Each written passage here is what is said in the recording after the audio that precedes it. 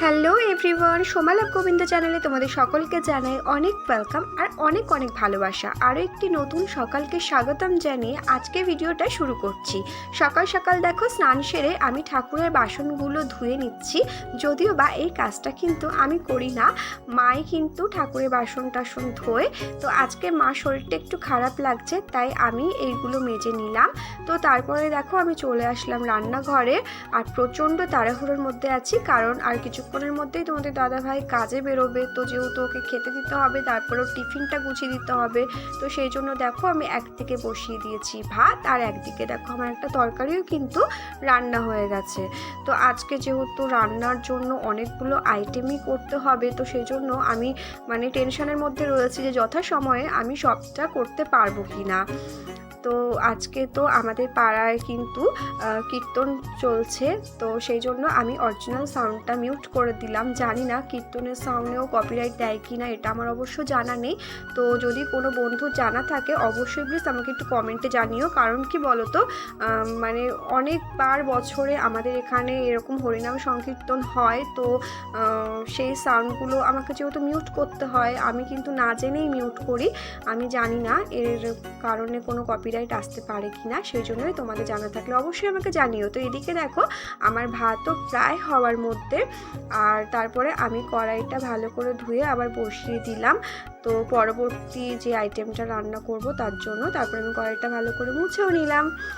আর সকালবেলা না হালকা হালকা ঠান্ডা লাগে, তো সেই জন্য গায়ে দেখুন চাদরটাও নিয়ে রয়েছি।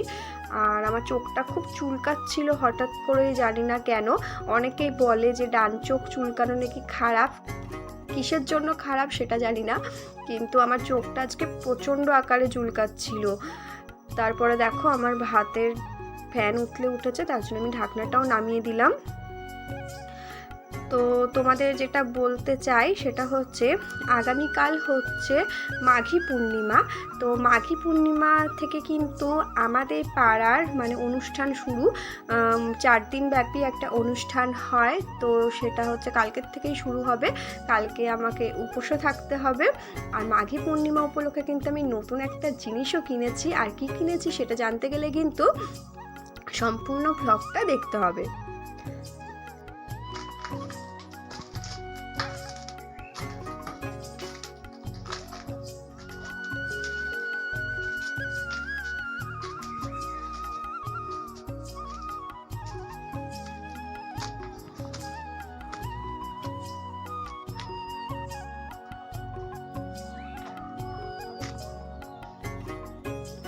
তো গাইস, আবারও বাড়ির কাজ শুরু হয়ে গেল। তো এর আগে 2 দিন কাজ হয়েছে, আজকে হচ্ছে 3 নম্বর দিন।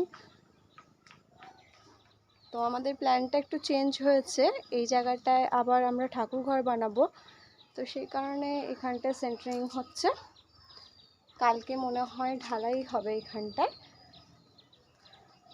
তো আবারও এই যে ভাঙাচোরা কাজ শুরু হয়ে গেছে। সারা ছাদের কি অবস্থা তোমরা দেখতেই পাচ্ছ, চারিদিকে নোংরা। তো আগে আমাদের চিলেকোঠায় এই টিনটা দেয়া ছিল, তো সেটাকে খুলে ফেলা হলো, কারণ এবার একেবারে ঢালাইটা দিয়ে নেব। তো এই যে ঠাকুর ঘরটা হয়ে গেলে তারপরে একেবারে এইখানটায় ঢালাই দেওয়া হবে। আর এইমাত্র সব মিস্ত্রিরা বাড়ি চলে গেল, এখন 4টে বেজে গেছে। আর ওরা যাওয়ার পরেই আমি ওপরে উঠলাম যে দেখি আজকে কতদূর কি কাজ হলো। তো যেহেতু ওরা কাজ করছিল তো ওঠা যাচ্ছিল না ওপরে, এখন যেহেতু একটু ফাঁকা, তো সেই জন্য আমি একটু দেখতে আসলাম আর তোমাদের সঙ্গেও শেয়ার করলাম। তো চলো এখন নিচে যাওয়া যাক। যেহেতু এখন আর এই দরজাটা আটকানোর মতো দেয়াল নেই, এই যে এপাশের যে দেয়ালটা, সেটা এখানটা যে দেয়ালটা ছিল, তো সেই দেয়ালটা ভেঙে দেওয়া হয়েছে। তো সেই কারণে দরজাটা আর লাগানো যাচ্ছে না, তো দরজাটা খোলাই থাক। আর আমি এখন নিচে যাই।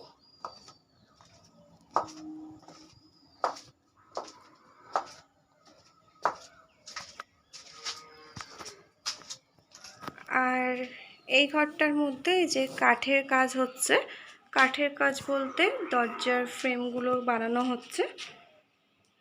তো এই যে এখানে একটা ফ্রেম আপাততভাবে রেডি করা রয়েছে দেখতে পাচ্ছি। তো এখন এগুলো পালিশ হয়নি, জাস্ট ফ্রেমটা বানানো হয়েছে।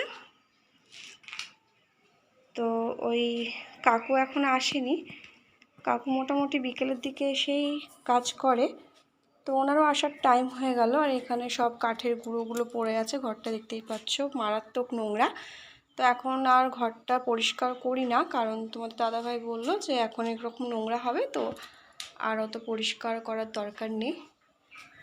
সেই কারণে আর পরিষ্কার করছি না, কারণ যতই পরিষ্কার করি না কেন প্রত্যেক দিন এরকমভাবেই নোংরা হবে। তো তাই ও বললো যে ফালতু আর এত খাটাখাটনি করে লাভ নেই, যখন একেবারে কাজ টাজ হয়ে যাবে তখন পরিষ্কার করো। যাক, একদিকে ভালোই হচ্ছে, কিছুটা খাটনি কমলো।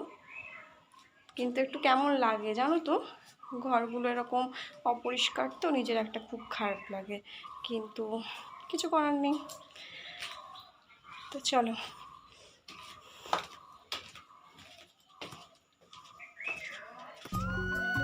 তারপরে বিকেলবেলায় দেখো আমি চলে এসেছিলাম শাড়ি কিনতে আমাদের বাড়ির পাশে একটা দোকানে। তো এই শাড়িটার কালারটা না আমার খুব বেশি পছন্দ হয়েছিল।